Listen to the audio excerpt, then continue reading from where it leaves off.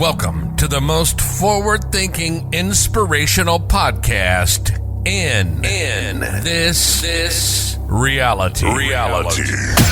The show designed to challenge everything we've been taught. If you've ever felt there had to be more to life, more to existence, then you're listening to the right podcast. Time to open your mind and dive in. This is the Mental Mastery Alliance podcast. And here we go. Ladies and gentlemen, welcome back to the Mental Mastery Alliance podcast. Today is June 11th. It's the craziest thing because there are so many times I'm like, I've got to record. I want to do this. I want to do that.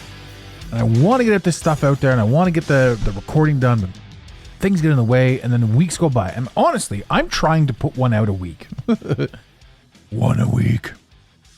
It is not working the way I want it to. And then sometimes I'll be like, oh, super creative. You know, what I've been finding lately is the first part of the month I'll get nothing done and then I'll get 3 or 4 episodes out in the last week or two. I don't know. I don't have all the answers as much as I'd like to have all the answers. I don't. So the best thing I can do is what I can do when I can do it, which is my advice to you. All that shit that you've got to do, just get around to it when you can. The amount of pain that we put ourselves through by setting this idea in our head as to what it is that we need or want or how we're going to do it, and then it doesn't get done that way or in that time frame or that timeline is wild. What people don't necessarily talk about either is that everything around us is changing. And we were raised, most of us were raised to not be lazy and to do this and that. If you're listening to this podcast, you know, you're probably one of those people that was raised not to be lazy. There's a divine person listening to this show right now. Not one divine person. There's a bunch of you. All of you. You're all divine. Jeez Louise, everybody. It's an ideology and mentality and energy that this podcast represents. And if you find yourself listening to the show, there's a high likelihood that you come from a very strict background. One that saw you at war with your parents, with your friends and family, seem to be at war constantly with yourself, maybe a misfit. The idea that there's more of us out there that do work well together is a beautiful thing.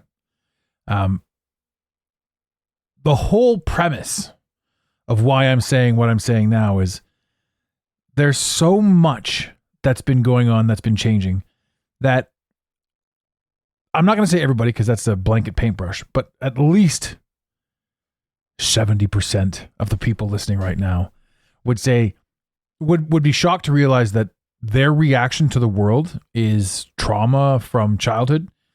And again, you know, the all these hippie communities and woo-woo juju wishy-washy communities throw the word trauma around. I mean, remember when we were growing up, what trauma was like? Oh no, I witnessed somebody. I saw the Texas Chainsaw Massacre for the first time. That was traumatic. But trauma is also something as simple as your ice cream falling off your scoop when you're 2 years old, or somebody yelling at you when you were a child that should have hugged you. I've said this 1,000 times. I watch my niece get absolutely spoiled rotten. And that's a funny terminology in and of itself. Spoiled rotten. You know, why would we ever want anything to be spoiled rotten? It's terrible. But unless it's somebody we love, I spoil you rotten. Anyway, I digress. What's the word? Etymology. Jeez, my brain's off. Edamame beans, which are also high in all of these crazy things. Edamame's bad for you, and that's the craziest thing in the world. It was marketed as good for you. Sorry, I'm on a tangent. That goes well into what I was talking about or will be talking about.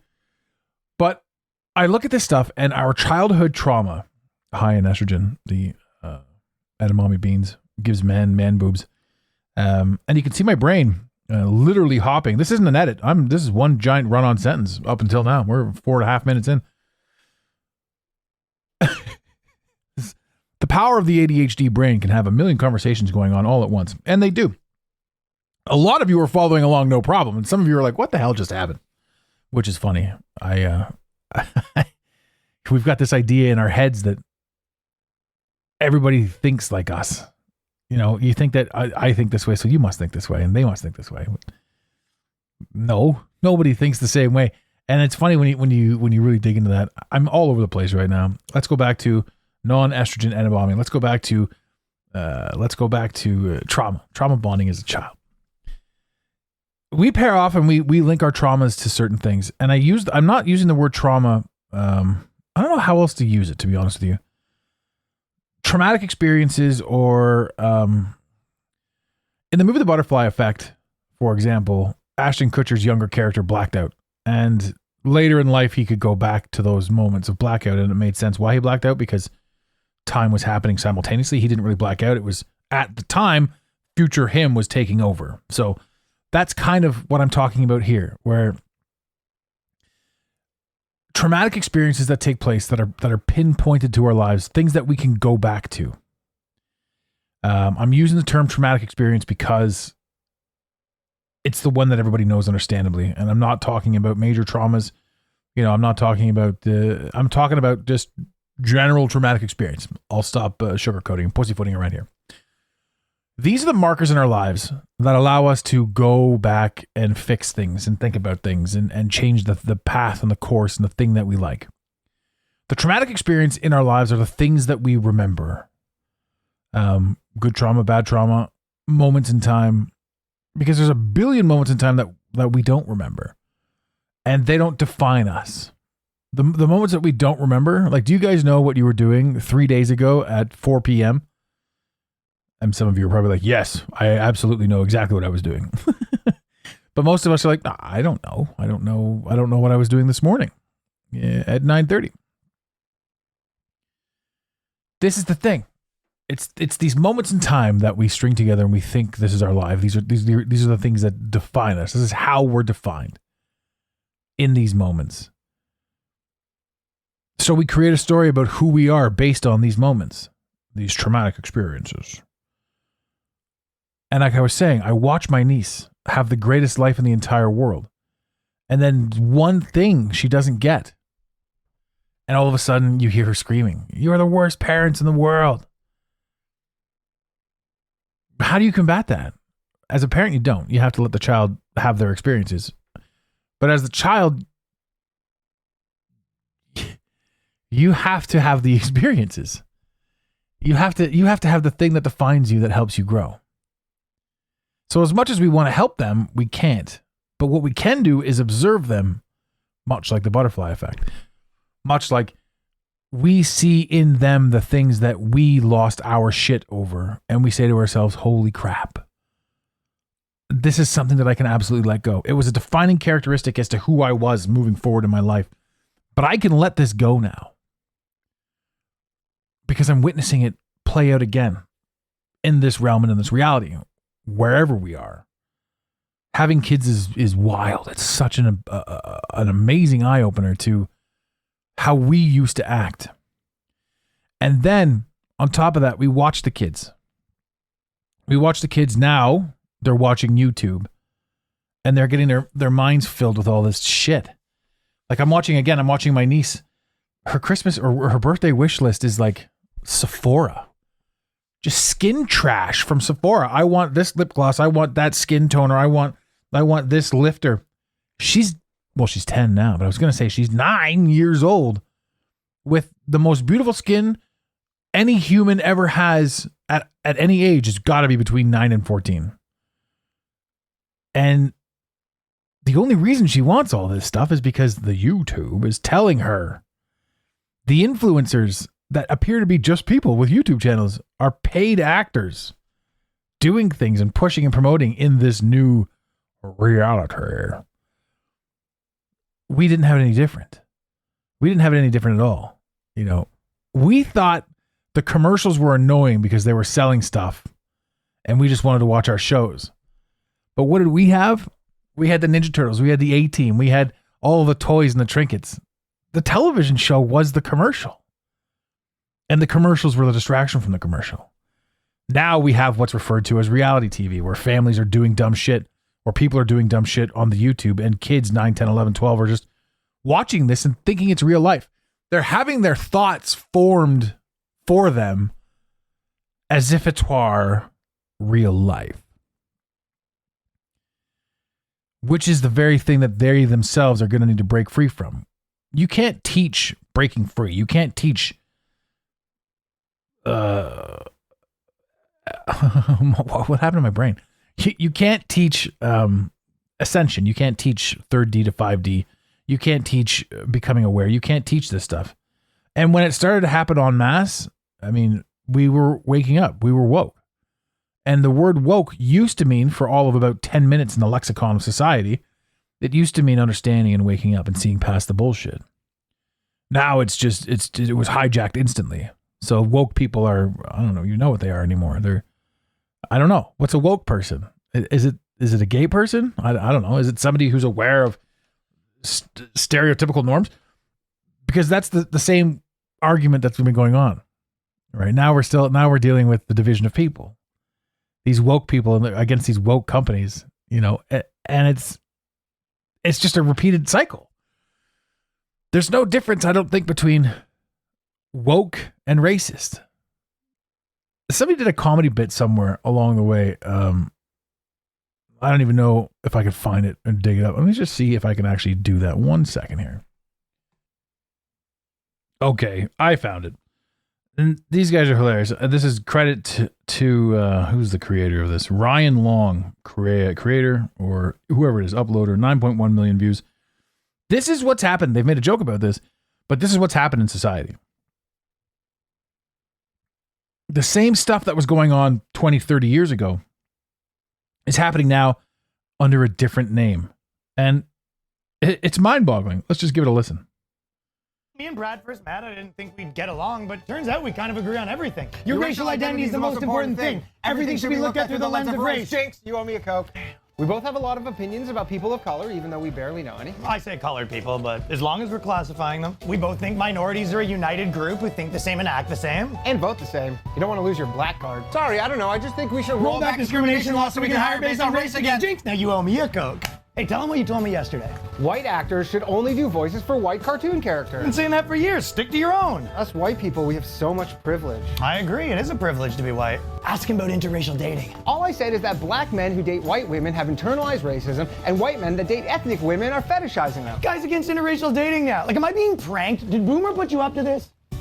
Ugh, you know that taco place is white owned? White people should be making white foods like Kraft macaroni and cheese, no seasoning, not even salt. It's like he's a mind reader. I mean, I've been pushing for segregation forever, and my man does what? I created an improv comedy show exclusively for ethnic people. Guy segregates comedy on my birthday. White people need to stop wearing dreadlocks, and they need to stop appropriating black people's music. Shaved heads and country music, the way God intended. You know all white people are racist. I'm listening. Even if you have a black wife or a black friend group, you're still really racist. You know, we just kicked a guy out of the organization for having a black girlfriend, but if you can promise me he's still really racist, we'll consider letting him back in. Black people should only shop at black businesses. I guess the only thing we really disagree about is I think white people are the root of all evil. But what did I tell you, though? If we can narrow that down to a certain group of tiny-hatted white people, I think we can come to an understanding. Technically, I don't consider Jewish people white. Neither do I.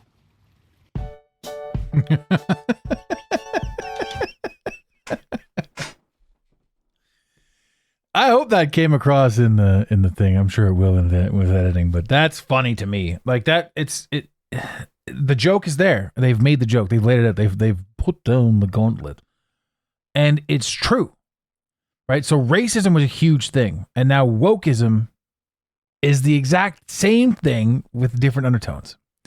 I'm saying all this because what they've done and what's been happening and the push that people are creating towards this ultimate division thing. It's funny because cancel culture rolls into this as well. And another comedian I once watched said, cancel culture doesn't exist.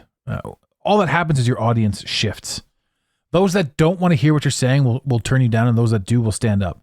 And for a long time, way back in the day, well, I say way back in the day, for a long time, like 4 years ago, if you had an opinion, you were the devil. If you spoke against the narrative, you were the devil. And the narrative got so big and so powerful and so strong, it's lost its ever-loving mind. It's lost its ever-loving mind. The narrative is so absurd right now. We've got people in Canada, the Cancer Society in Canada has literally printed a retraction on something they said about a cervix because somebody, a trans, was upset about something. And I don't know. I didn't read the whole thing, but the retraction was, we will now refer to it as front hole. Cervical cancer is now front hole cancer in Canada, based on the narrative. Now, my take on this is very simple. I do not believe that there is a single person out there that feels segregated or slighted. I don't feel that there's a single person out there that gets offended when somebody says cervical cancer, even though they were born a male. I think every single person born a male that wants to be a woman knows full well who and what they are and is playing the game, is playing the role, is doing what they want to do. I think that the anger, angst, and division that's being pushed is intentional. It's being created. Those who have the power to push, which is a small group of people, have the power to push a narrative, whatever. And they create that. The first time I took notice of this, I don't know if you guys remember, like pre-COVID, when they were like testing the absurdities that we would accept. They were saying that kids were eating Tide Pods. This was a new challenge, a Tide Pod challenge. Don't let your kids eat Tide Pods. And so they pushed this whole thing and they said, all of these kids were eating Tide Pods. And I bet you, because they did that, 2 or 3 people ate some Tide Pods. And then they blew those stories through the roof because they were natural stories. Monkey see, monkey do. It's like casinos, for example. Casinos and high bridge suicides. There are multiple people that walk into a casino every single year. I did security. I saw some seriously crazy shit. Multiple people that will walk into a casino, put it all on black, and hope to win back their mortgage or whatever it is, and then walk out with absolutely nothing. Well, they don't actually walk out. They go to the bathroom and check out. And that happens, I would say, at least 10 times a month. And not once does that make the news. Because they don't want to create an idea that can be done, or that that's a thing, or that more people can do that. So whatever they put on the news is whatever it is that they want to push out. If you're seeing it on the news, they want you to see it, and they want you to emulate it, and they want you to fight about it. They want you to fight me because I'm speaking my opinion right now. Right? Now, this whole they, you, me thing, that's where it gets tricky. Because I'm speaking, but I'm also listening. You're listening and you've got opinions.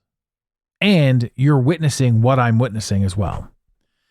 They, you, me, them, us, we, pronouns. We're fucking fighting over pronouns.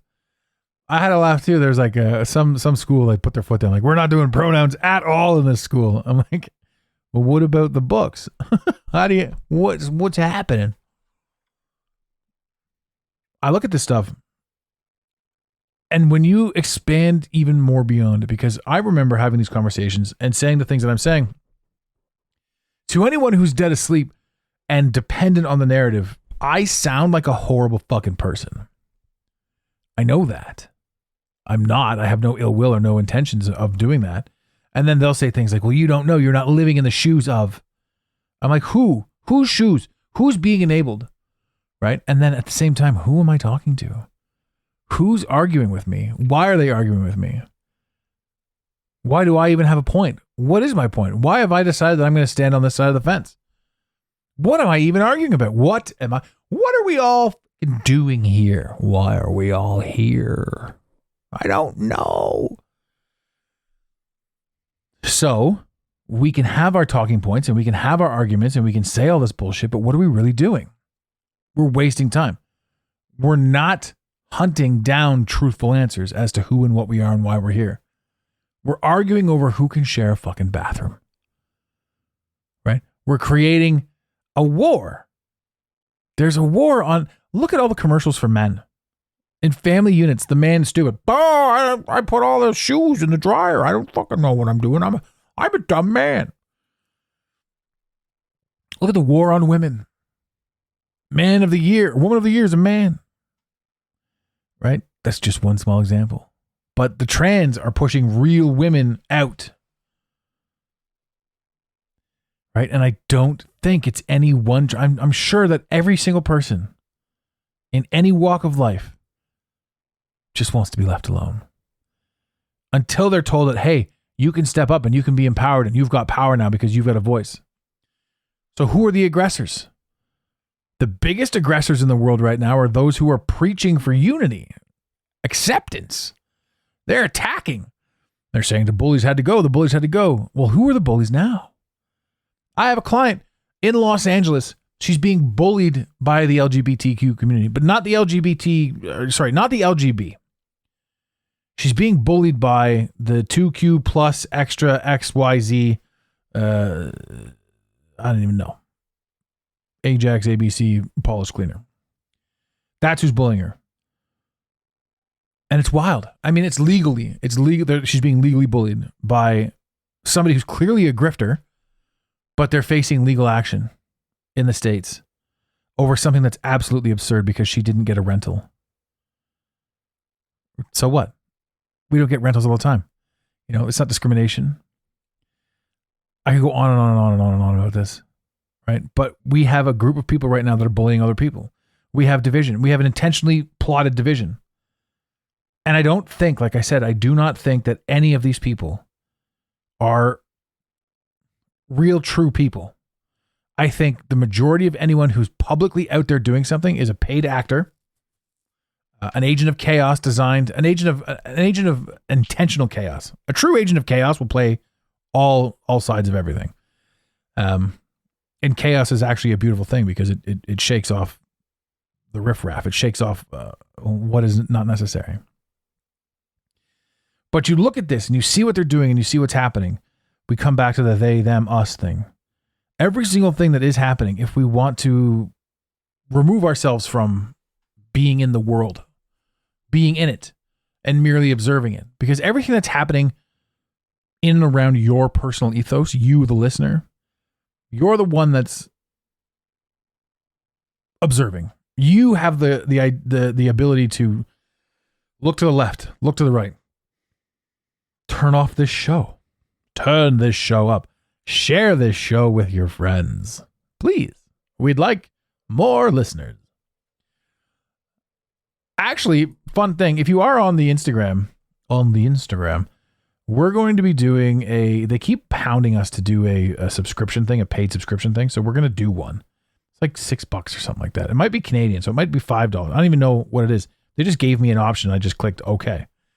And in that, if you subscribe to us, you're going to get direct access to anyone that you want to talk to inside the Mental Mastery Alliance, including myself. Early promotional stuff. You're going to get some help. You're going to be able to talk directly to us. There's a lot of these DMs. It's weird. A lot of them get blocked. We've got a lot of people that just get blocked and like, oh, I was following you. Now I'm not following you anymore. I don't know. Anyway, it's weird, but we're doing that. So that's a thing too that we're going to offer out. You're going to get, there's a ton of stuff. Once it goes live, you'll be able to click on it and you'll see all the benefits that you get for $6 a month. And if you want it, great. If you don't want it, it is what it is. But that's kind of fun. That's kind of a neat little way to sort of connect with some more people and get some more stuff done. We're also launching a book. So if you've ever wanted your own story, like if you've ever wanted your own novel, your biography, however you want to slice it. If you're in real estate, it's a great business card. If you're in business, it's a really good tool to have. I have a book. Here's my book. Here's the story of me. Here's what we've done. You sign it, you give it away. It's amazingly wonderful promotional. And if it's a really cool story, you'll be published too. We do the whole thing. So we'll ghostwrite the book for you and we'll publish it. And you're now an Amazon seller. You're selling yourself on Amazon. Selling yourself. Probably one day that'll be a thing. Would you like to buy me? I'll come to your house for an hour. But for now, it's just the book. If you've ever wanted your own book, we're doing it. Head over to thementalmasteryalliance.com. Check out our services. The book launch right now. So for the first 10 people, it's $3,000. Anyone that's ever looked into this, It's a $15,000 purchase to get your book ghostwritten, prepared, and published. We're going to do it for $3 for the first 10 people. And then we're going to go up to 5 or 6. We're going to go up to 6 for the next 10. And then we're going to go to 10, 9 or 10, probably 9 actually. And then we'll stay there for a bit. And then once it starts to get overwhelming, then we'll raise the price a little bit more. But for the first little while, we're going to be doing a bunch of books for a bunch of people. We've already got 4 people in, so there's 6 spots left. If you want a book for $3,000, get into it. And we're really, it's a lot of fun for us to produce. And we get to know you, and we chat with you, and we work with you one-on-one to get your life story. And then we use our creative writing, and we smash it together. We've lined up with a few people that are really good with publishing. So we get the whole thing done in and out, no extra fees, $3,000. Lots of fun. There's a little bit of shameless self-promotion, and if you want it, enjoy it, because it'll be a blast. What was I talking about? Right. Paying attention to who's woke and who's this and who's that and who's all over the place and why the division exists the way it does. They ramp this stuff up more and more and more, and it's going to get worse and worse and worse, because you and I aren't supposed to be living in and within the confines to which we find ourselves now. We're not supposed to be here. We're supposed to be understanding and comprehending who and what we are and what we're made of. Now, nothing happens by accident, and people will say, well, maybe the simulation got hijacked and maybe there's a nefarious case to it. I don't think so. I think that it has to be this chaotic for us to, or for more people to wake up. I think those who sort of started seeing things early on, kind of broke the game. And what I mean by that is like, when you're watching a movie and you figure out who the killer is, like way too early, you're like, no, it's definitely this person. The rest of the movie is like, that happened to a few of us on our road and on our journey. We're like, I kind of figured it out, but we're still waiting for the plot twist. And there are people that are like, I have no idea what's going on. This is amazing. And then there are people like, I have no idea what's going on and I want out of the theater. So there's a lot of different variations. It also has been said that you are the variation. Every single person that you've ever encountered everywhere is simply another version of you, which at one point didn't make any sense to me, because how could reincarnation work in such a manner? And that was also when I was talking about individual consciousness. And that was when I was of the opinion that, my consciousness exists. I know that for a fact. I know for a fact that I exist. I know for a fact, that I have consciousness. And from consciousness, everything else is a result. I know this to be true. I don't even know if you exist. I've said this before on the show numerous times. But I've changed my tune on that. Now for me, it's like, I know that consciousness itself exists. And the offshoot of consciousness, which is me sitting in this chair right here, is intertwined with the offshoot that is you sitting in your couch listening right now. That is how we are one and the same. And for us to go to war with other aspects of ourselves is foolish. But also, it's how we grow. If you think about you being at war with you inside of you, now think about you being at war with you outside of you. It's how you grow. It's how you comprehend. It's how you understand. There are aspects of us that are like, hey, you guys go to war. And then us, no, fuck you. We're done with this. I'm done going to war. I'm done paying your stupid fucking taxes. I'm done working for $1. I don't give a shit. We're going to do things a little bit differently now. And that, to me, is where we're headed. Do we live in euphoric heaven? No, because we would complain and shit would be all weird. Do we live in absolute hell? No. No, but all of this chaos is going on right now. All of this chaos. We live in a world where chaos is around. And people say, well, of course we live in hell. People are getting killed left, right, and center every single day. Yeah, they are. And that's what some people are focused on heavily. Right? But other people are focused on this. You and me sitting here right now having this conversation, talking about the possibilities of love and light and growth and expansion and what there could possibly be. So yeah, we simultaneously live in heaven and in hell. And it really all depends on sort of what it is that you want to look at and how you want to look at what it is that you're looking at. I absolutely adore it. I could go on for hours and hours and hours about that topic, but yeah, this has been a fun one. This has been, I didn't know kind of where this was going. But I mean, all I really knew, we're 30 minutes in, maybe a little bit less. All I really knew was that I wanted to mention front holes. I wanted to put that out into the ethos. I just think it's a really funny word. Cervical cancer is front hole cancer in Canada. And again, I'm going back to this. There isn't a single person on the planet that would make people change the words of things. There's not one person that would do that. You know who does that? Narrative pushers. A conglomerate of people that gave us one story and decided to change it. And the only person that could have been is you. And that's the wild thing about consciousness. Once you understand that you are the be-all, end-all, this game that we're playing, this hate, this love, this despair, it's you playing with you to figure out you. And it's bloody wild. Ladies and gentlemen, in the infamous words of Red Green, keep your stick on the ice. We really hope you enjoyed this episode of the Mental Mastery Alliance podcast.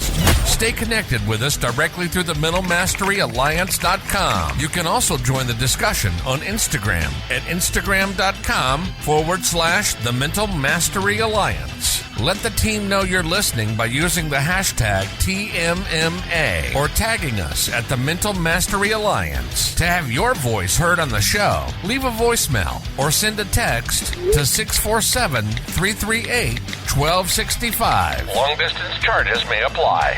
If you love us, leave us a review. If you hate us, you spend your time in weird ways, but also leave a review. Every review on iTunes tickles the algorithm, helping us grow. Until next time, unity over division. This concludes the most surreal portion of your day. You got it, Pontiac.